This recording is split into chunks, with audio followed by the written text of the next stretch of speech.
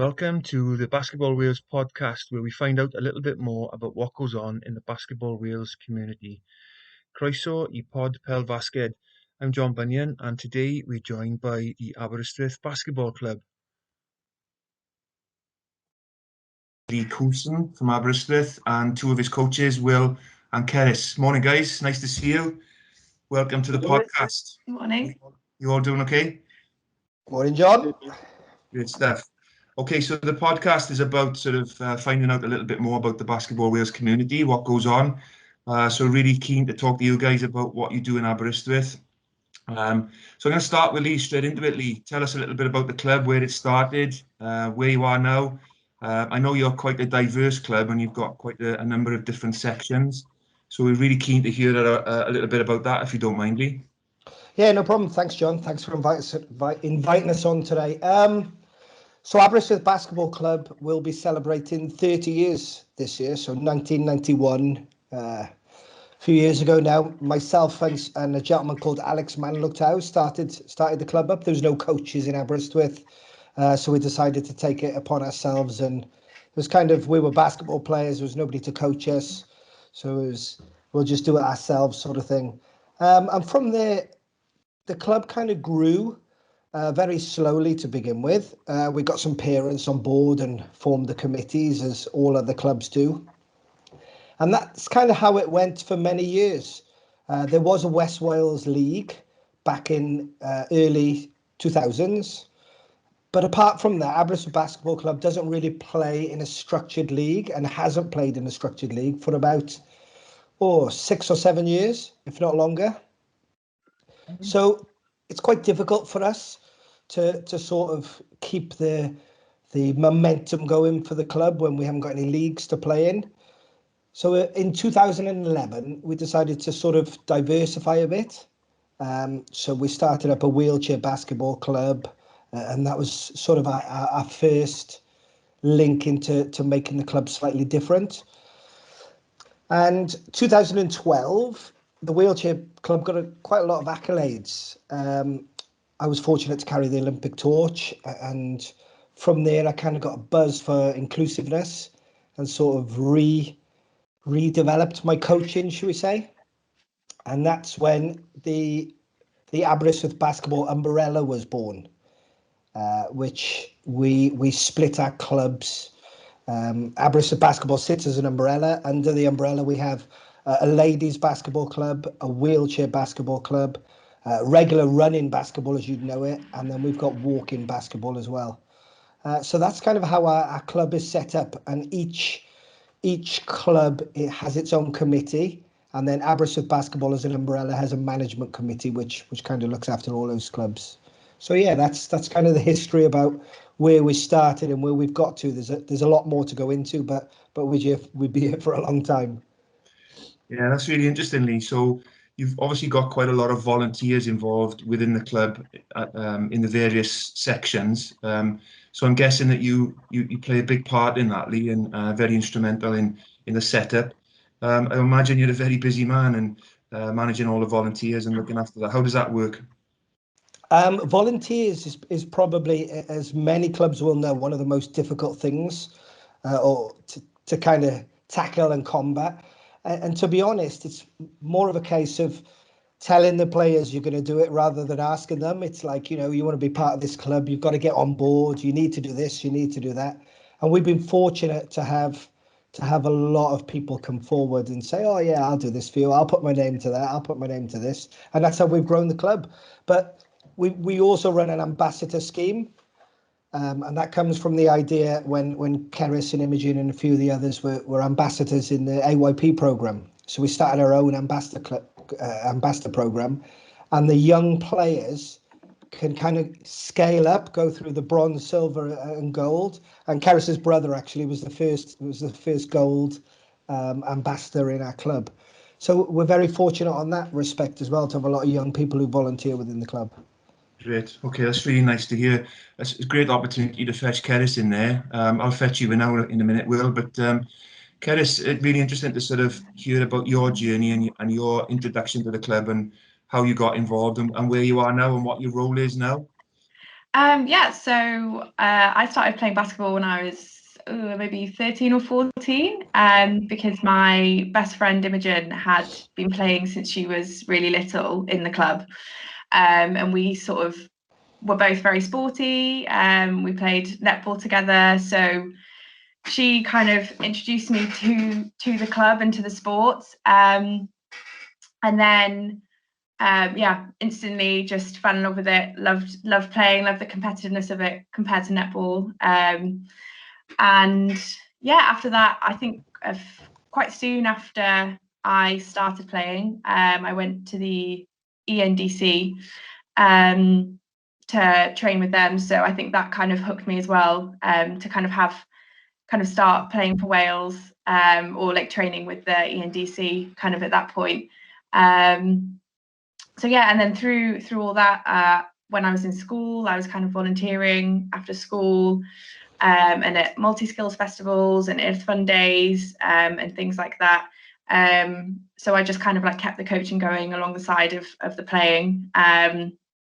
So yeah, that's kind of been my involvement in the club. So just for everyone listening, the ENDC was the national or the elite team program that was there for national team players right from sort of under 12 through to under 18. So you were involved in that. I guess that that sort of took things to a different level for you, Cerys.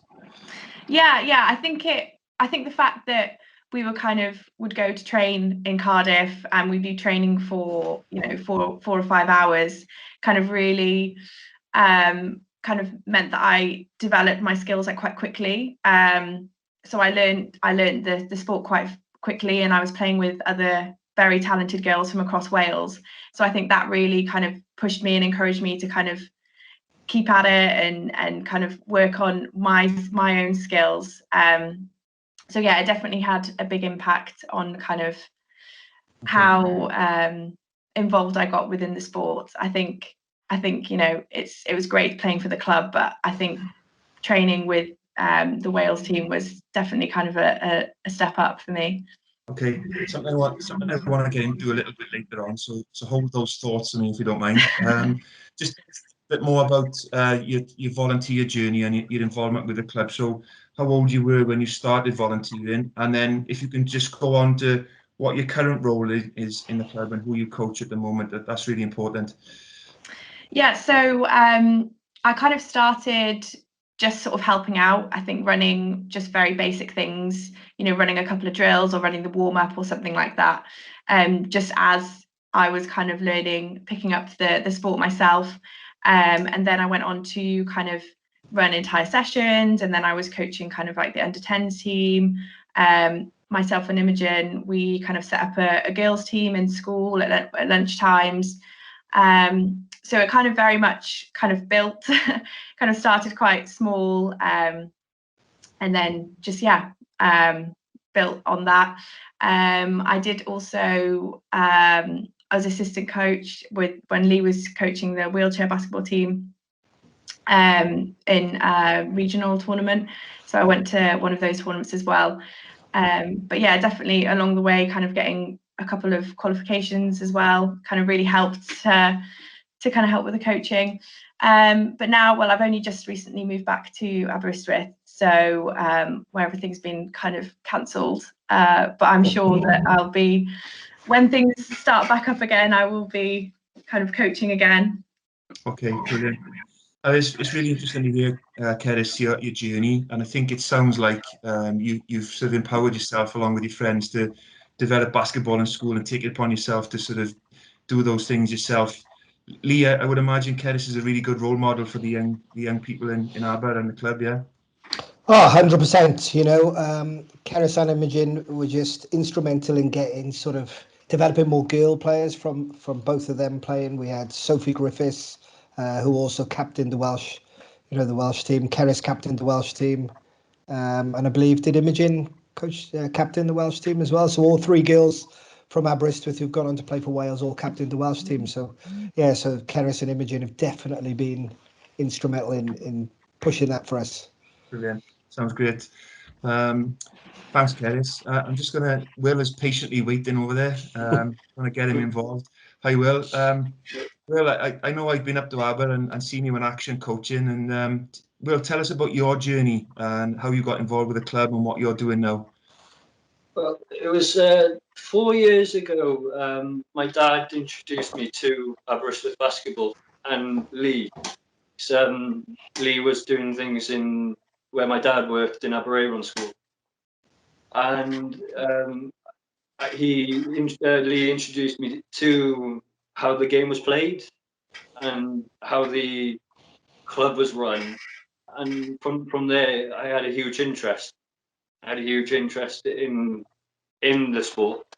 So over the 4 years, Lee has shown me his coaching style, his way of coaching, and I wanted to be a coach. So he got me into a coaching course down in Cardiff. I think it was 2 years ago, and I've just fallen in love with the sport since then. So Lee acts as your mentor at the moment, and right from the beginning. So that, I guess, in the course, sort of give you that sort of confidence and that platform to then come back to the club and start introducing your own style. How are you sort of managing sort of impacting on the young people in the club now? I get their feedback. What I really enjoy about the club, that Aberystwyth club, is how inclusive they are and how much respect. Because I know that there are players like Cerys who are very experienced in the sport, and I've only had 6 years of experience. Okay. And it's really nice there because I showed them my ideas, and they're like, "Why we try it this way, we try it that way." So I'm getting their feedback, which is helping me develop into a better coach. Brilliant. Okay, so it sounds like you really enjoy it, Will. Tell us a little bit about, do you get involved with a particular age group at the moment? I'm with everyone, but mainly I've been coaching the seniors. Okay. I've been with the senior groups on the Sunday group. Okay. Okay, I know I sort of alluded to the fact I've been up and had a scrimmage with you guys, and it's a really nice environment, nice and friendly, and you've got, young people of all abilities, and even sort of up to Welsh international scrimmaging and on the same floor. So that must be a really nice environment to work in, Will, yeah? Oh, of course it is. There are players that have played for Wales, which is fantastic, and I get an opportunity to give a bit of my insight into the sport to them, and we got to share ideas. It's a brilliant environment. It's good. But what's your aspirations, Will, for your sort of coaching career from here on in? I know there's lots of challenges at the moment, but what are your goals moving forward? My goals. I would like to learn more about the wheelchair basketball and the walking basketball, so I can get a huge impact. I'm hoping to get some sort of impact in Special Olympics as well. Okay, brilliant. Recently, back in January, Lee made a team of, there was 8 of us, and we had the chance to play in England. Okay. And we gave Lee a gold medal. Yeah. So it was again the feeling of being part of something as well as playing the sport. It was a nice feeling. Brilliant. Congratulations on that. I'm sure you had a gold medal as well, yeah? Yes, we did. Yeah. It was a fun day out. That sounds great. Thanks, Will. That's really good. It's just nice to have an insight into sort of what you do and how you do it. Lee, tell us a little bit more about the wheelchair stuff, if you don't mind, and so your involvement there, and sort of bring in, Will and Cerys in terms of what they do there as well. Yeah, so as you know, both Cerys and Will have talked about how inclusive the club is, right up to the Special Olympics basketball, which was quite new for me. In regards to the wheelchair stuff, that kind of started in 2012, my journey, where when I left the ENDC, so that's the Basketball Wales running program, the girls program, I went from there and started coaching the under-14s Wales wheelchair basketball team. Okay. That, you know, they were struggling to kind of move up the ranks, shall we say, a little bit. And in year one, we were, I think Cerys was part of the coaching squad then in year one. We narrowly missed out on a bronze medal. And then the rest is history, really. We've had 2 bronzes and a silver after that. But wheelchair is a fantastic sport, wheelchair basketball, because you don't necessarily need to be in a wheelchair to play. I think many people think that you have to have this disability or be stuck in a wheelchair to play. That's not true. Able-bodied can play against disabled athletes, and that's the beauty of wheelchair basketball. Okay, brilliant.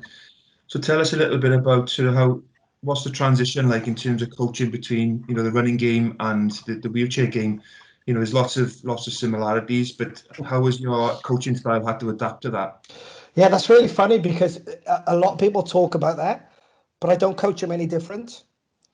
It doesn't matter what group I coach. So it could be, you know, running basketball, wheelchair basketball, Special Olympics, IZB. I don't treat them any different. And one of my philosophies was transferring the running game into the wheelchair game. It wasn't about, you know, oh, you must move your wheelchair there. It was, well, we can do it in running basketball. Let's do it in wheelchair basketball. I mean, granted, we're not going to slam dunk, but, you know, we're going to get right stuck in there just like we would in running basketball. Okay. Cerys, how have you found it? Obviously, you mentioned that you got involved there as an assistant coach to Lee. How did you find that difference between the running and the wheelchair game? Well, I think the main difference, well, the only really difference that I distinctly remember was you have to count the points of the players, and that's, you know, you can't just take anyone on and off the court. So that was the only thing that you have to think about, really. But yeah, as Lee said, I think the tactics and the way you play is very similar. And I think you don't need to kind of look at it in any different in a different way. It's kind of just adapting what you know to a very slightly different game, really. Just out of interest, can you sort of tell people that are listening today a little bit about the point system for the players on the floor? You have to have X amount of points. Are you able to explain that process for people? Yeah, so each player is kind of given a different point. So Lee, correct me if I'm saying the wrong thing here, but I think it's your 5 points if you're able-bodied, and then it kind of goes down depending on your ability or disability. So then you're only allowed, is it 18 points on the court? Yeah, it's changed over the years, but yes, back in the day it was 18, yeah. So then you're only allowed, you can't go over the 18 points or you know, whatever points it is now, but on the court at one time. So then when you're kind of, say if you were wanting to put on a player that's a 2.5, you can only take off a player that's 2.5 or more. So that, yeah, so sometimes you have to kind of put people in combinations to kind of take them on and off the court. But yeah, I'd say that's the main difference between the two, coaching the two games. That's why I bought Cerys in, John, because she was really good at adding up. So I needed that support on the bench. I was going to say, not very good at counting. So how did that work out for you? That's why Cerys was involved. Yeah, that's why Cerys was involved. Okay, great. No, it's nice to have an insight into sort of the comparisons between the two games. So no, that's really good. I want to move on to sort of challenges that you have. You mentioned earlier about sort of where you are in the world. You're right in the middle of Wales, and at the moment you're not involved in any competition. Will, I'm going to come to you first and ask you a question about you know, playing competitively. So you mentioned earlier that you played in that sort of Special Olympics competition, which was great. But in terms of sort of week in, week out stuff, you know, pre-COVID now I'm talking about, you know, is it a challenge because you're not able to sort of play those competitive games on a regular basis? No, I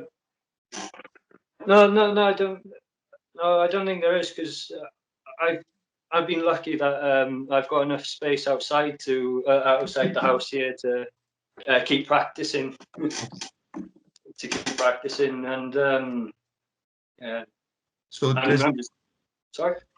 I guess Lee creates environments at practice sessions then, so you get that competition, I suppose. Oh yeah, yes, he does. The way he coaches the sport is through game scenarios. Yeah. So so we know how the game is played for the Special Olympics. So when we all got together, we went straight into a game, just constant. And Lee just introduced us to the rules while we were playing. Obviously did something right to get to the gold medal. So yeah, well done on that. Lee, what's your thoughts on sort of you mentioned about sort of previously West Wales leagues and not being in place now where they have been in the past? Any plans to take that forward at all? Yeah, it's really difficult. West Wales is a difficult sort of region to crack. Aberystwyth Basketball, I think it was about 3 or 4 years ago, offered to run the West Wales League. So we would fully fund the league. And on the opening day, we had 6 teams from West Wales, all over West Wales, Newtown, teams that weren't really playing or doing much, but getting together. And the first day was fantastic. But for some reason, the teams didn't want to commit to a monthly sort of CVL. So we find that quite challenging and disappointing when there's really no outgoings for them other than the travel. So it has been a barrier, but the way we've got around that, the likes of the girls that have been playing and the younger players play up. So I think in the last 10 years we've had 30 people represent Wales in different age groups. Well, that's not bad going for a club that doesn't play in any leagues. Yeah. So that kind of works well for us. Yeah, definitely. Well, that's a good point, and obviously want to come on to the national team stuff. Obviously, Lee, you coached at national team level, and the 16 girls been to FIBA tournaments, and Cerys has played and represented Wales. As Welsh people, we're very proud, aren't we? So the first thing I wanted to ask you is, come to you first, Cerys. What does it feel like to put the Welsh vest on and represent your country? Yeah, it feels pretty incredible, really. I think for me, it was more about the fact that I was with my team and that we had trained so hard over, the kind of year working up towards that tournament, and then to all be kind of in our Welsh kit, like standing there listening to the national anthem. It's kind of really kind of the hard work over the year kind of feels like it's really paying off. So yeah, it's a very proud moment to kind of be able to stand there and listen to the anthem and be there with my team. So yeah. So not only represent Wales, but also captain your country as well. Must have been a proud moment. Tell us a little bit about some of the tournaments you've been, FIBA tournaments. So under 16s and under 18s. I guess you've had a little bit of travel as well. Tell us a little bit more about that. Yeah. So the 3 of those were in Andorra and 1 was in Gibraltar. Okay. So yeah, it was a really good experience to kind of be able to travel out there with the girls and kind of have that experience of meeting people from kind of all over Europe and getting the chance to kind of play against them. And it's really, I remember when in my first tournament, I was kind of quite shocked at how different that the other girls played from different countries, and you could kind of, they had a very distinctive way of playing. And yeah, but to be honest, we didn't really see much outside the sports hall or the hotel. So I can't really say there was much kind of too much travel and holiday, but we were definitely there to play basketball, and we were all very focused on kind of the games in the tournament. But yeah, I think a highlight would definitely be kind of at under 18s, we did win a bronze medal in one of the tournaments, which was, yeah, a very proud moment. Yeah, we don't get those medals very often, so it's nice when we do win them. So congratulations on that. Thanks, Cerys. Lee, tell us a little about your experience as a coach. Equally as proud, for you to coach your country. Tell us about your experience, and you've done it, running basketball and wheelchair. So you've got the comparisons there as well. Yeah, I'm quite fortunate really because I I've coached a national team now for 10 years. So if we get back to any normality this year, this will be my 11th year coaching a national team. So I've been fortunate to coach running basketball, the girls under 18s and under 16s in FIBA, and I was assistant coach also. The wheelchair team, the Wales wheelchair team, and then the Special Olympics team last year. And to get sort of medals in all those different sort of aspects of the sport is fantastic. You know, we're putting Wales on the map for inclusiveness and for the sport of basketball. Brilliant. Great stuff. I mean, I think it's really important. I know, Lee, you're involved at the grassroots level as well in terms of developing basketball for, you know, really young children.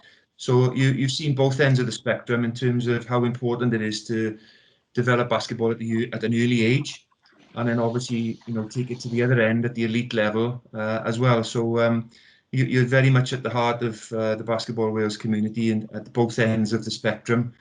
Do you have a preference? Any preference in terms of? Do you know what? It's really, and I'm going to be brutally honest. So we coach from basically 1 to, I think the eldest person I coached was Ken, who was 92. And it's really strange because coaching people older than you have even more respect. It's yes, sir, no, sir, and you know, people that I've always looked up to. And the walk-in basketball groups are absolutely brilliant. And I think it's not just about the sport, it's about the social aspect. These old people who've probably never even know what, you know, the Harlem Globetrotters, that's about it. And they come out with their old, you know, two-hand shooting style. And it just brings something totally different to the game, which I never expected. So I think if I had to choose, and totally for the social side of it, it has to be the walk-in basketball. Okay, that's interesting. I wasn't expecting that answer, Lee, but it's a good one. Yeah, and I certainly hope that you and I will be playing when we're 90 as well. That would be an achievement. Yeah. Definitely. Okay, guys, listen. We could go on forever, and there's all sorts of stuff that all of you have said. I would love to pick up on and sort of run with, but we haven't got time. I think we need to do this again at some point and pick up on all those different things. But it's been an absolute pleasure having you all on today. I know we're in challenging times, and it's very difficult for all of us to be involved in basketball at the moment. But there are things that we can do. But it's lovely talking to you all today. We wish you the best for the future for the club, all aspects of the club, and for you guys as coaches and volunteers and whatever you do. We wish you all the best, and we look forward to watching you and seeing how things progress for you. So thank you very much. Brilliant. Thank you very much, John. Thanks a lot. Yeah, thank you.